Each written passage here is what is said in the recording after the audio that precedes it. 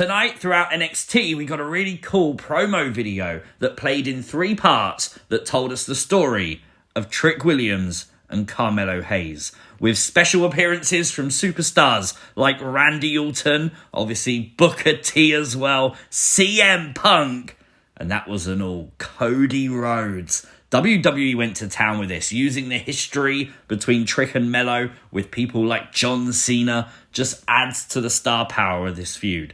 And I think with this story, it has been one of the most captivating in most recent NXT history. I think Carmelo Hayes has looked like an amazing heel in this. That turn he did on Trick will be one of the greatest of all time in NXT. Undoubtedly, Trick Williams is coming across as one of the biggest baby faces NXT may have ever produced, and that's awesome for him.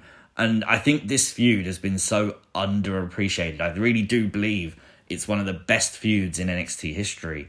And obviously, there's a lot of hype and a lot of rumours of their main event in Stand and Deliver this Saturday. And again, if it's going to continue on the main roster, what are you waiting for? Check out NXT, man, because this feud is big. And I'm sure WWE is going to upload this Prime Target video in full. Check it out.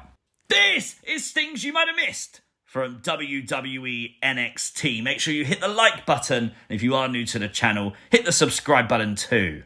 Ridge Holland stepped away from in-ring action indefinitely tonight. This was an in-ring retirement for Ridge Holland, and I think, like me, I think everyone was expecting some dramatic twist here, and it didn't happen. Ridge would thank everyone for their help, people like William Regal for taking a chance on him. He'd compare wrestling to rugby, and he said that he was hesitating a lot lately. He said this was his last chance at redemption, etc. And, well, that was that. He literally put the microphone down and just walked away. The crowd was really quiet for this segment, I think, again, because they was expecting a big twist. And I still think that there's a big twist here. I don't know what the hell it is, though, but he came to NXT and they instantly gave him a storyline where he injured Ilja Dragunov. And that was a storyline. Of course, like, talking about the DMs and taking work home and stuff, that's going to add to it. So it has to be a work, right? What do you think? Was this real or was this a work? Let me know in the comment section down below. Dijak would start the show tonight in a match with Shawn Spears. Really solid opening match. I love Shawn Spears' entrance in NXT. I've got to say I hated it tonight though. There was like 5 people trying to do a 10 chant. And it just felt really cringe, like no one else wanted to do it. His character's not that anymore. Why are we doing that? There was a scary moment in the match as Dijak would leap over the top rope, landing on Shawn Spears. Shawn Spears instantly grabbing at his leg. He did seem to twist it really badly on the way down. It did seem to play him up during the match, so hopefully that's okay. Hopefully it's not a major injury. Dijak would pick up the win, which makes sense. He's been in the North American title scene for a while, so that makes sense. But the story here was Joe Gacy appearing from under the ring, stealing Shawn Spears' chair, which later on would play a distraction role for Shawn Spears. After the match, Joe Gacy would be on the announce table, revealing himself as the guy who stole the chair of the chairman. So at least that answers one question. Yes, it does look like it's going to be a feud between Shawn Spears and Joe Gacy. I really like afterwards as well commentary referencing that Dijak didn't expect help from Joe Gacy. They've just finished a feud between each other. And, of course, Dijak with that smirk on his face, that little bit of knowing Joe Gacy, he's just gone to war with him. And, of course, there's probably a little bit of mutual respect there now. Later on, Shawn Spears was upset that Joe Gacy stole his chair. It's not like WWE doesn't have hundreds of the damn things, but, of course, the chair would be thrown from the roof. Oh, no, it got Rey Mysterio'd. It got thrown, of course, by Joe Gacy, who said that he intended to give it back to Shawn Spears, although he nearly hit Obafemi. Are they going to do Obafemi versus Joe Gacy? Like, Joe, I love you, dude. Don't go into the ring with Obafemi. He's going to kill you. Lola Vice would issue an open challenge this week. The spoiler was out there and a lot of criticism that it was Natalya who answered it. Honestly, I like the fact Lola Vice went straight after Natalya. I also like the fact it was Natalya. I think Natalya does her best work in NXT. I've always said that. And I think the crowd get behind her. I think you get a different side of Natalya to what you see on the main roster in WWE. The match was all it should have been, short and sweet. It highlighted Lola Vice with commentary multiple times stating the fact that Lola's got MMA experience and she's a powerhouse, all that kind of stuff. Natalya was able to win with a roll-up. Of course, this also sets up now Carmen Petrovic for a match with Lola Vice, so I'm all here for that. Jasmine Nxt made a NXT in-ring TV debut tonight versus Thea. Really solid match between these two. That Pele kick out of nowhere by Nxt was absolutely beautiful. I really liked the submission hold she used as well. Looked very unique, very cool. It was during this moment that, of course, Jacy Jayne would attempt to throw the towel in, stealing it from Andre Chase, but Riley Osborne would stop it. Riley got in the ring, they got thrown out. Then we got a stare down between Jacy Jayne and Thea, where Jacy said we were never friends. That really sparked something in Thea. She won with a submission and then snapped the arm of Nxt after the match. Oh my God, that was brutal. Then, of course, everyone come down and it looks like we're going to set up a 6-woman tag.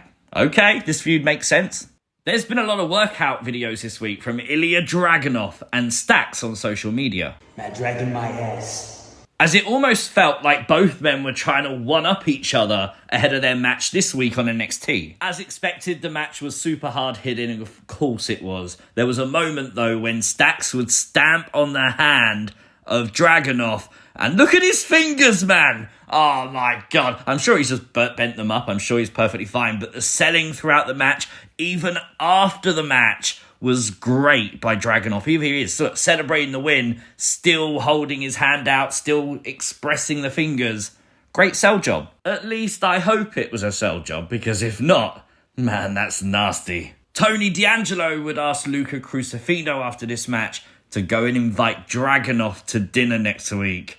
Oh, that might not end well. So Ruca is saying that next week she's going to snatch the soul of Blair Davenport. I mean, you can take mine any day of the week. I'm just saying. I'm just putting it out there, okay? Roxanne Perez was absolutely disgusted tonight by watching herself, by living her memories with old promos and old vignettes that replayed her former love for professional wrestling. She was talking about how now she doesn't want to impress the fans. She doesn't want to be the one that people like. She doesn't want to be the girl that looks up to her heroes. Now, Roxanne Perez is her own hero. Roxanne Perez has completely changed, obviously leading up to the Women's NXT Championship match at Stand and Deliver. Do you think this is a sign that heel Roxanne Perez is going to win the belt? Josh Briggs would defeat Duke Hudson tonight. And of course, this was set up for Obafemi to come out. Obviously, we had Dijak on commentary. He joined the ring, kinda.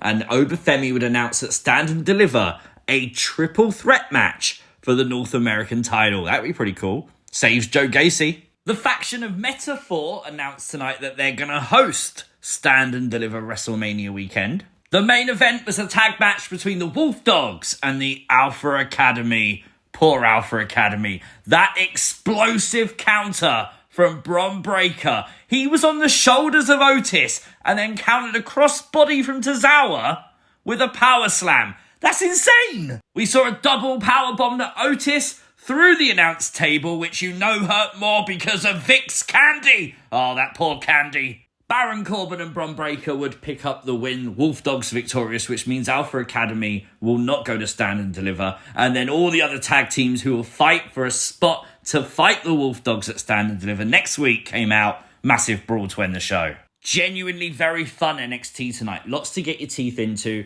Lots of good matches. Lots of great storylines, we think, with Ridge Holland. For me, 7 out of 10 seems fair. Let me know your thoughts in the comment section down below. Like the video, share the video, and if you are new to the channel, hit the subscribe button. Catch you next time. Peace!